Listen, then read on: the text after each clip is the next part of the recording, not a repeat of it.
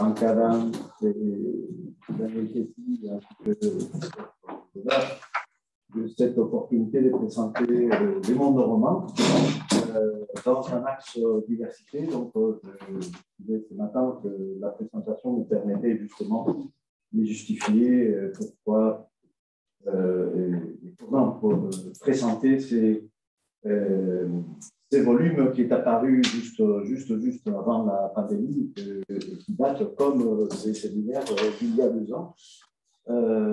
Donc voilà, heureusement qu'enfin, même masqué, on peut se voir.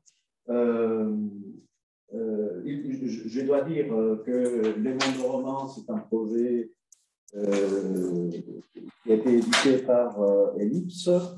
Mais il faut dire d'emblée que cet ouvrage, c'est un projet de Jean-Pierre Vallat qui a démarré vers 2016 et qui a été conclu en Bretagne en novembre 2019 et apparu en janvier 2022. Donc, c'est un projet surtout de Jean-Pierre Vallat, mais auquel Juste Traina et moi-même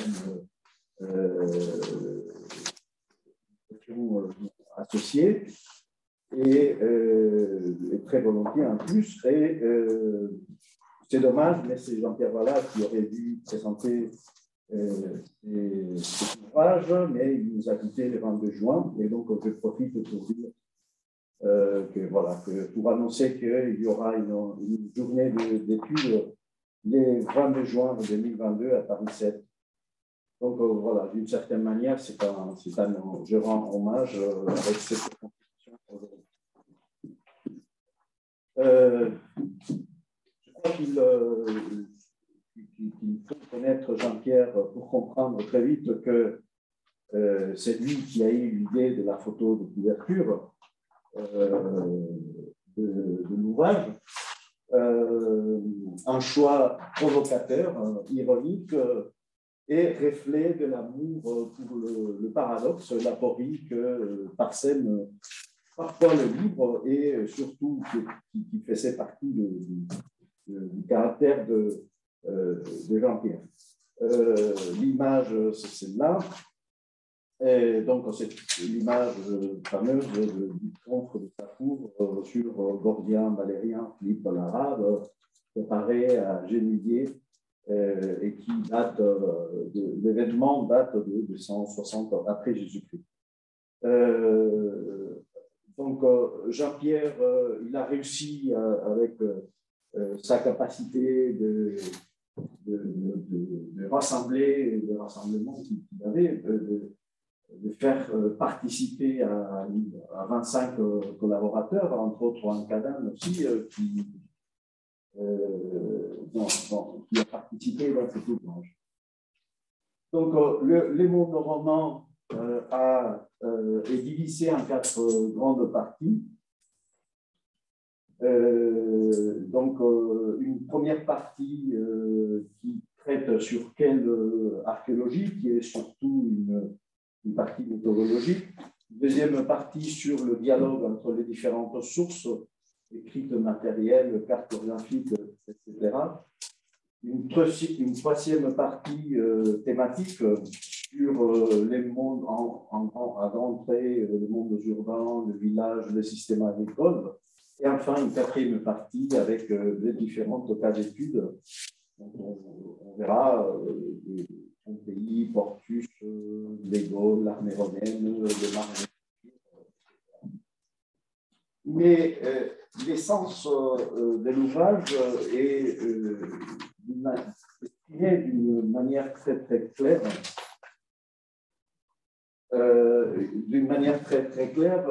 en une phrase de la page 3 de l'introduction qui dit « Les mondes romains ne sont comparables ni dans le temps ni dans l'espace ». Donc, je vais essayer, j'ai choisi l'angle d'approche de montrer un peu en quoi les différentes parties, je raconterai pas tous les différents chapitres qui sont nombreux, Mais j'essaierai de dire en quoi ces différentes parties reflètent un peu et s'adaptent d'une manière assez importante à l'axe 1 d'Europe, langue, littérature, identité, diversité linguistique et culturelle. Donc, c'est pas nécessaire probablement de montrer que la toute première partie concernant les méthodologies, c'est-à-dire l'évolution historiographique, les écofacts, les paysages même sous-marins, l'instrumentum et au sens très large, qui inclut aussi l'archéonumismatique. Et donc, cette partie essayait d'apporter la nouvelle vision qui a permis l'archéologie à la compréhension de l'histoire. Donc, on a insisté surtout sur le fait que nous ne voulions pas faire un manuel chronologique ni thématique. Nous voulions un peu montrer tous ces différentes avancées qui ont permis de comprendre autrement l'Empire romain à partir de différentes sources, mais aussi à partir d'une approche qui, on le verra, qui essaye de sortir de la centralité de l'Empire romain. La deuxième partie, c'est le dialogue entre les différentes sources. Et donc, c'est dans cette partie qu'on a abordé les différentes sources littéraires, l'épigraphie et bien entendu les cartes, c'est des chapitres qui ont été rédigés par Arca. Mais aussi, par exemple, la crise du IIIe siècle, en chapitre que j'ai fait moi-même. Et donc, j'ai essayé de rendre compte de comment, en fonction sans négliger différentes sources, les différentes sources archéologiques au sens très large, la spatialisation des différentes données qui ont arrivé à l'archéologie depuis les années 80, surtout à partir de l'archéologie extensive et à partir de la prospection. Ça permet de voir et d'avoir une idée qui va au-delà d'une séparation qui était un peu radicale parfois. Bon, voilà, il y a une crise qui est politique, mais cette crise politique n'a pas forcément de conséquences dans la vie quotidienne et que, par voie des conséquences, ce n'est pas perceptible dans l'archéologie. Donc, j'ai essayé au moins de montrer qu'il y avait des raisons pour mettre en évidence qu'il y a des transformations profondes. En fin de compte, la crise signifie ça, c'est une transformation, c'est une modification importante dans le système qui bifurque à partir de moment. Ça ne veut pas dire non plus qu'à partir du IIIe siècle, on n'a plus un système et un empire qui fonctionne. Voilà. Ça veut dire que c'est à partir de ce moment-là qu'on commence à percevoir une évolution différente. Un autre chapitre parlait de l'archéologie et l'Antiquité tardive et comment l'Antiquité tardive a bénéficié d'une période qui a été définie en grande mesure à partir des trouvailles archéologiques. Mais dans cette deuxième partie, il y a eu aussi deux chapitres. Donc, un rédigé par Giusto Traina, Rome et les autres, qui prétendait montrer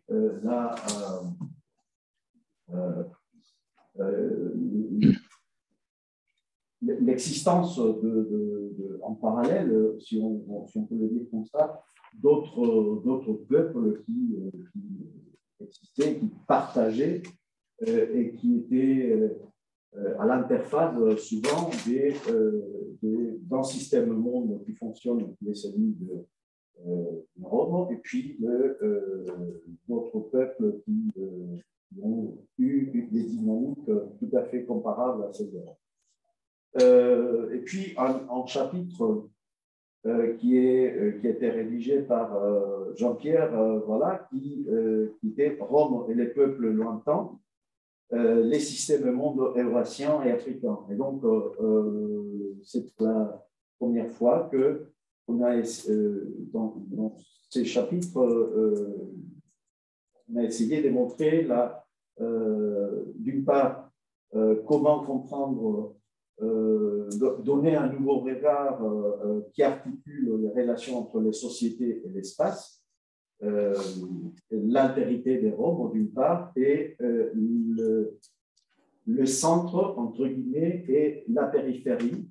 Et donc, comment définir cette périphérie aussi comme d'autres centres qui ont des points de contact avec les centres qui est habituel et qu'on est habitué à étudier nous-mêmes, qui est l'Empire romain. Ces chapitres essayaient aussi cette partie, pardon, essayer aussi de montrer que la complémentarité voulue et prétendue entre les différentes sources, ce n'est pas une complémentarité qui va de soi, c'est-à-dire ce sont les chercheurs qui construisent pas à pas et qui font avec différentes sources, que ces sources puissent être complémentaires et puissent montrer illustrer et éclairer une même période ou un même phénomène en fonction de différentes sources. Et autrement dit, c'est le travail du chercheur qui transforme la nature des différentes sources pour donner une explication. Cette partie essayait aussi de comment comprendre la fameuse crise du XIIIe siècle, comme je disais tout à l'heure, avec un nouveau regard en articulant les relations entre les sociétés et l'espace surtout. Et, autrement dit, c'est l'espace qui parle à la place souvent de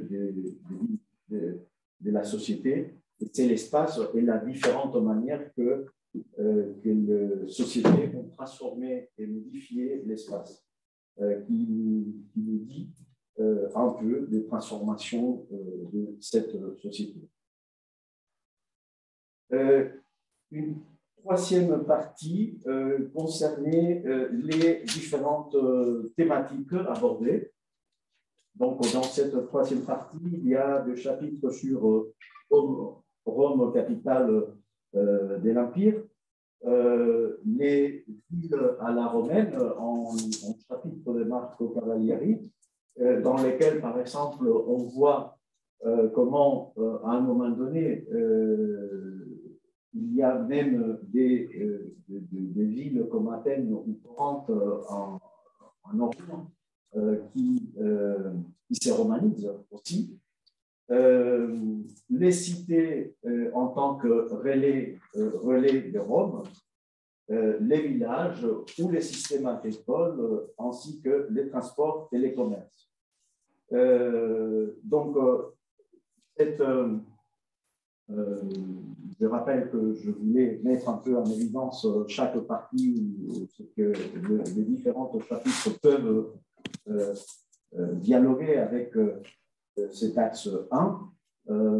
Donc, un peu, cette partie nous a permis de mettre en évidence comment s'articule l'Empire, c'est-à-dire comment s'est construit l'espatialité de l'Empire romain et quel est le besoin de différentes amours qui est à la mode, je les dirai plus tard, mais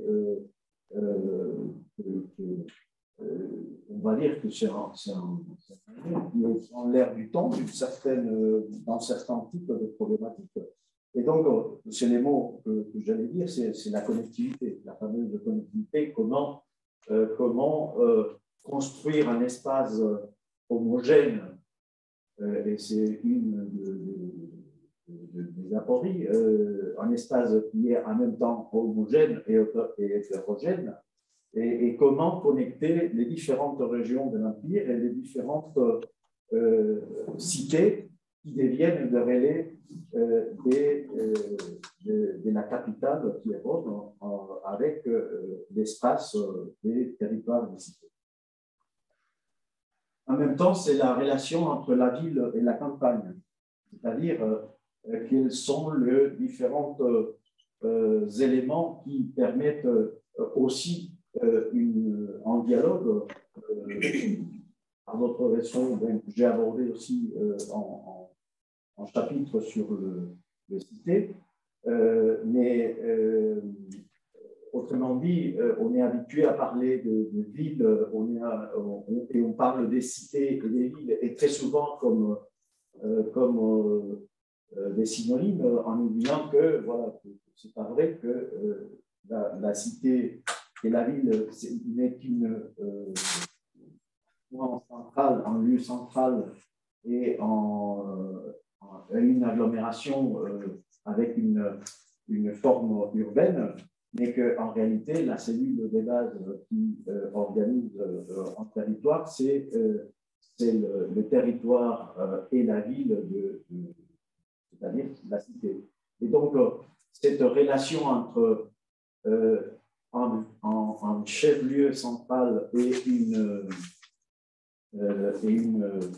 et un territoire de la ville est justement un phénomène qui a attiré notre attention. Et puis enfin, pour essayer de comprendre cette articulation, un chapitre qui est dédié au transport et au commerce. Un chapitre qui essayait encore une fois, dans cette idée de la fameuse connectivité, comment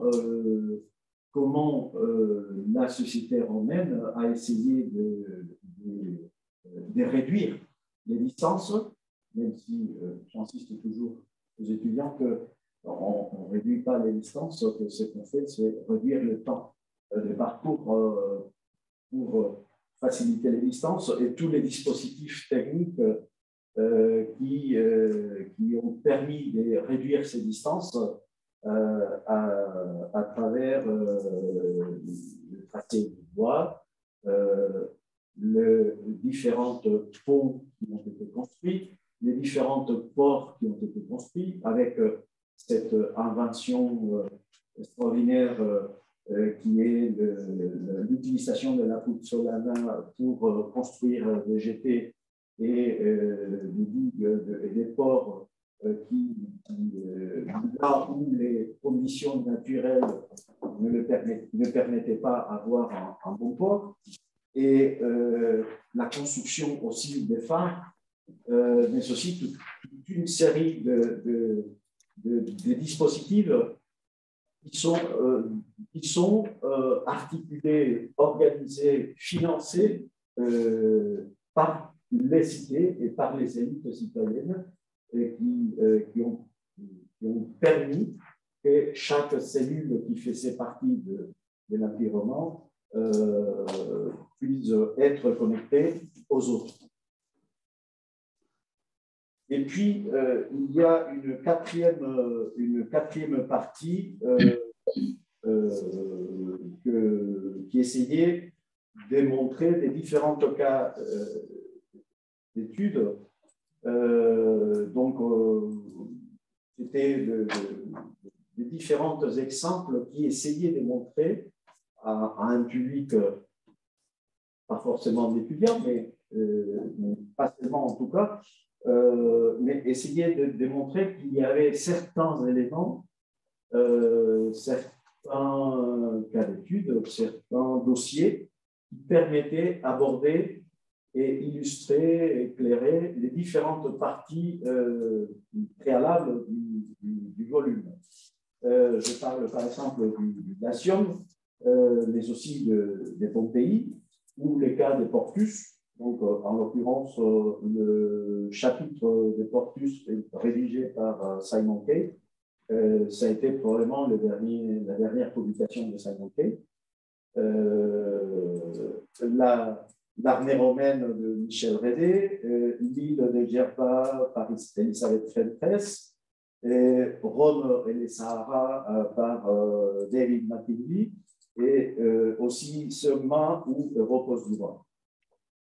C'est-à-dire, en même temps, il s'agissait de montrer des exemples qui montrent les centres, le centre névralgique, politique fondamental qui est Rome, et son port, Portus, mais aussi les Latium, ou une périphérie lointaine, très particulier, comme c'est le cas de l'île de Djerba, ou aussi le Sahara et tous les systèmes de connexion entre le nord de l'Afrique, dont on a vu tout à l'heure l'exemple de Libya, par exemple, le nord de l'Afrique, qui est littoral, qui est côtière, qui est centrale, avec ces grandes autoroutes qui est la Méditerranée, et avec en arrière-pays très très lointain qui est les Sahara et les différents royaumes qui sont en lien permanent, en relation permanente avec les centres de l'Empire romain. Mais aussi, par exemple, une périphérie proche comme celle de Pompéi. Il ne faut pas oublier, c'est une ville très, très romaine, mais en même temps, ce n'est pas une ville romaine, c'est une ville qui n'est pas loin de Rome, mais en même temps représente une conquête de Rome déjà et une intégration de différents peuples à cette logique impériale qui est celle de Rome.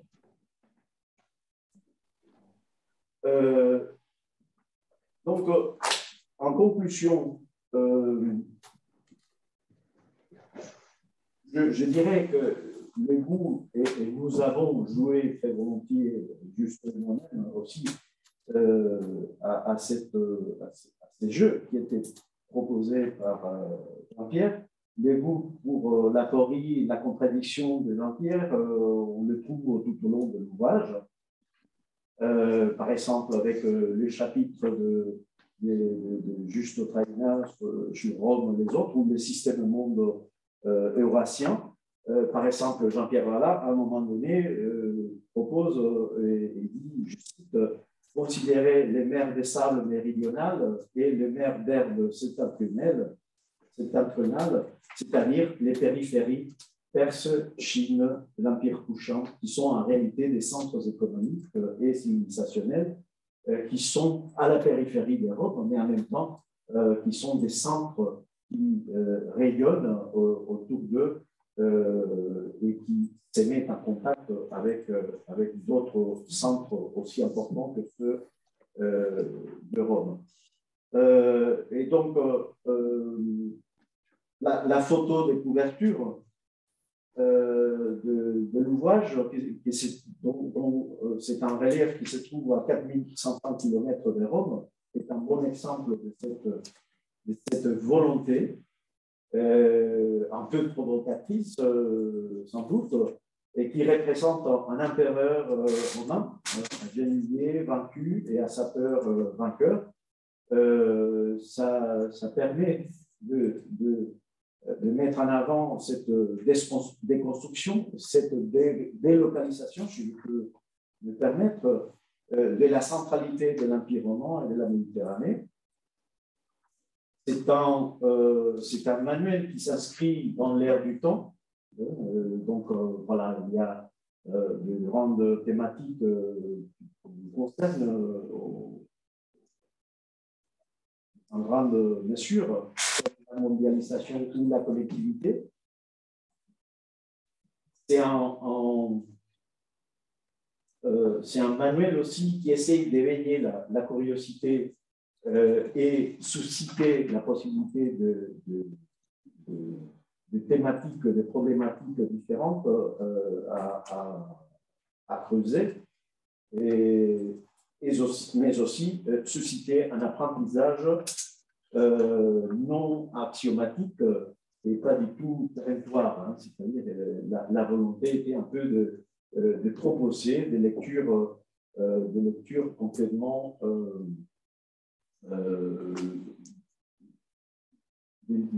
des lectures proches des problématiques qui sont les problématiques actuelles, et donc qui montrent aussi l'incomplétude du manuel. C'est que d'une certaine manière, il y a sans doute une série de thématiques ou de problématiques qui peuvent être abordées, mais qui pourraient faire l'objet d'un deuxième volume, et qu'il reste toujours un peu incomplet. Il y a de questions qui pourraient être abordées. Voilà, je vous remercie.